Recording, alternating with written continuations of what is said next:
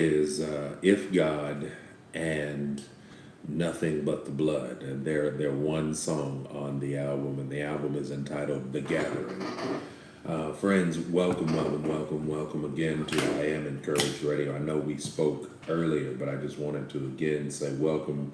I know that we have some folks who joined during the second hour, and although we are going now into our third hour, I still want to say good morning and welcome. All right, friends. Listen, this morning there has been a message throughout the music. There has been a message in the music, and I played this song "Revival" by Kira Daffin, then I played "A Perpetual Yes" by Psalmist Rain, and the Refreshing, and then I played the anthem featuring William Murphy by the Full Gospel Baptist Church Fellowship, and the message in all of what I've been playing and what I've been saying or what I've been playing this morning, is that I want you to know and to understand that no matter where you find yourself in life, God is waiting on you. God is waiting on you. All right. I want to remind you, and I'm not going to read it. I'm not going to go to it, but I do want to at least tell you or remind you about the story of Jonah.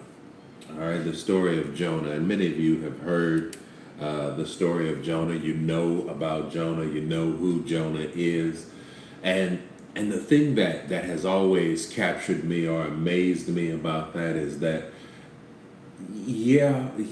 God called Jonah. God reached out to Jonah. All right.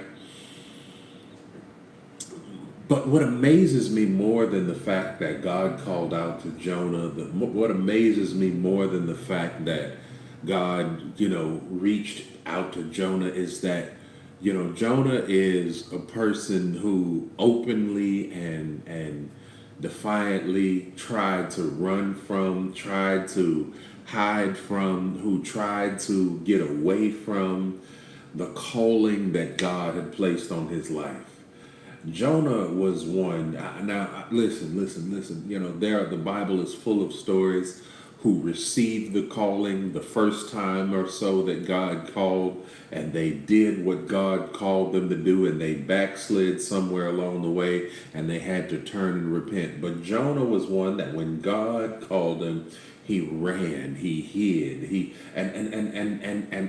even though, like I said, when God called me at 8 years old. When God called me at 8 years old, I immediately just kind of said yes, right? I did. I said yes. And I went ahead and I started preaching, and I did, as I was instructed. I heard the words, feed my sheep, and I've been doing it. And yes, like the others in the Bible, I tried to pull away. I tried to stray away. Like Jeremiah even, I said that I wasn't even going to speak for him no more. I wasn't going to say another word. But yet and still, and yet here I am. But Jonah, on the other hand, see, I like Jonah because, see, Jonah received the call, and Jonah said, oh, no, not me, Lord. I'm not going there. And many times, many folks, many people, have been scared or pressured or bullied into the mindset and the thinking that if you reject the first calling of the Lord, or if you reject the calling of the Lord, that's it for you. But what Jonah showed me that you can reject the calling of the Lord, but if God be for you, if God calls you, if God has a plan for you, if God has a purpose for you, then there's nothing that nobody else can do it. I've shared with you all this story before, but I want to share this story with you again. I had a good friend of mine growing up. Jay Sweeney was what we used to call him, right? That was his nickname with us. His last name was Sweeney, and we just gave him Jay Sweeney, right? So Jay Sweeney was a friend of mine who, he didn't have a whole lot, didn't come from a big family, or I mean, not a family, but a family that was big into church or any of that. But they got connected into our local church that we were in growing up. And so he and his family had began coming to church. And Jay Sweeney, when he was at church, he became a part of the gospel rap group that my friends and I had called the Holy Hot Boys. And he became one of us. He was active in the youth ministry, all that kind of stuff, right? In the youth group. And so Jonathan, one day, I remember I had been preaching for a few years, and Jonathan came to me one day and he said, "Man, I think I'm being called to preach. I think that I'm supposed to preach." And I brought him to another preacher who was much older than I, who I thought, I could trust, and who I thought would help me bring Jonathan on in, because I don't know why I didn't necessarily take him to the pastor. I don't remember if the pastor just wasn't there or if what the case may be. But for some reason, I brought him to this other minister. And this other minister pulled him to the side and said, "Man, listen, if you got the opportunity to run, I say run. I say enjoy it. Enjoy your youth while you're young. Don't try to jump into this thing too fast." I don't know why that was the words that he gave him. I don't know why that minister didn't encourage him to get serious about the Lord and to take hold of the reins and to begin preaching. And Jonathan took that preacher's words and he ran with them. He ran and he did what he wanted to do. He did what he could do. And he still loved the Lord. He still, came to church. But he did not accept the ministry call, or at least announce the ministry call publicly. But I thank God. I thank God that even though you may miss the call the first go round, you may run from the call the first time, I thank God that if God be for you, then man who is against you is considered nothing.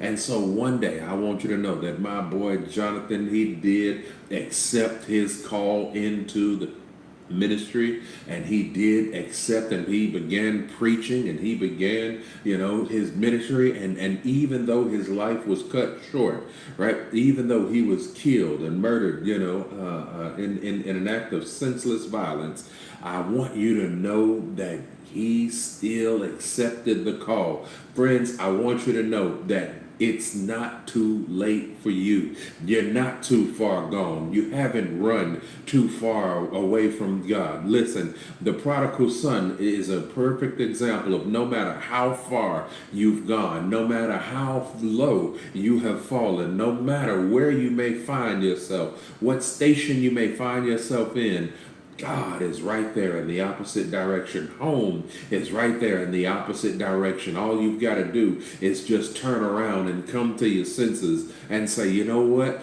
I've got it better in my Father's kingdom. I've got it better with the Master. I've got it better if I would just trust him, and if I would just trust him even when I can't trace him." Friends, I want to encourage you. I don't know what it is that you may be dealing with in your life. I don't know if you've been smoking, drinking, sexing, lying, cussing, cheating, whatever it is that you've been doing. I want you to know that God still loves you. God still has a plan, and God still has a purpose for you. Jonah thought he could run. Jonah thought that he could even try to get out of this thing by telling them, "Hey, y'all just toss me overboard because I'm the problem here." And even as he began to sink, I want you to know that God still covered him. God still protected him. God still gave him another opportunity to get it right. And I want you to know today, God is giving somebody under the sound of my voice another opportunity to get it right. God is giving you another opportunity to accept the call, because them who he called, he also foreknew. He also predestined. And I want you to know that God has called you. He knew you. He's predestined you from the foundations of the world. He has been drawing you, and it is now time. Now is the acceptable time for you to latch on, for you to grab hold of, for you to receive the calling of the Most High God. And so I want to encourage you. I've got to encourage you. If I don't do anything else before my time expires here on the air, I want to encourage you, and I've got to tell you that you've got to grab hold to the things of God. Put your hand in the Master's hand. I want you to trust God and just say, Lord, I know that the road may not always be easy. I know that it may not always be smooth, but God, I trust you. I'm not going to trip. I'm just going to trust you. I'm going to stop running. I'm going to stop drinking. I'm going to stop smoking and sexing and lying and all these other things, my way away from you. And God, I'm going to work my way back to you. I know I won't be perfect. My walk ain't going to be perfect. But God, one thing that I do is every day I'm going to press toward the mark of the high calling. Every day, Lord, I'm going to try to do better in you as I receive the calling that you've placed on my life. It may not be to a pulpit. It may not be that you're going to be a pastor of a church, but whatever it is, God is calling you. He's calling you. Oh, yeah. I need somebody to know he's calling you, all right? Yeah. God is calling you. And I just need you to know, I need you to grasp hold of that. I need you to know and understand that God's got plan and purpose for you. But you've got to trust him. You've got to trust him and say, Lord, okay, no more running. No more fighting you, God. But God, I'm just going to trust you. I'm not going to trip. I'm not going to fall out. I just trust you. Friends, let me play this song to minister to your heart and your spirit as we close out this word of encouragement and as I close out this show. It's Pastor Donnie McClurkin with He's Calling You. I want you to know God is calling you. Come out of whatever it is that you're in, that you've been using to numb the calling. Whatever it is you've been doing to try to get away from the calling. I'm going to talk a little bit about that on another day. But let me just say, if that's where you are, trust me, I know that there are some out there. You've been using the sex, the drinking, the drugs, all of that as a way to numb the calling. I know it because I've been there. I've been there. I didn't want to see all the stuff I was seeing spiritually. I didn't want to hear all the stuff that I was hearing spiritually. I didn't want all that. So what did I do? I tried to numb it. I numbed it through whatever I could find other than drugs and alcohol, because I've never been big on those. And I'm not trying to get hooked to nothing like that.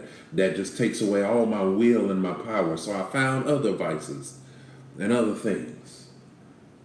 And I used those things to numb and to dull the calling, to numb and to dull the things I was seeing and hearing, and to cloud up all that. I dare you to get connected to a clear channel. I dare you to say, Lord, I'm just going to put it all away. For some of you, it's not been the drug, sex, all that kind of stuff. And I'm going to talk about that. I said some more. It's been that you've been into just, you know what, you come home, you sit in front of the TV and you veg out. Some of you have been covering it up with food. Now you just eat. And instead of getting into the word, instead of doing it, you just start eating. And you start watching your TV shows. And that's how you numb the calling, the voice of God. That's how you numb the visions you've been seeing. And you say, oh, if I can just eat it away, and if I can just lazy it away. I want you to know and I want you to understand, he's calling you. He's calling you. I don't care what state you're in. I don't care where you find yourself. You may be in the belly of a fish. It's all right. Trust God and say, Lord, I trust you.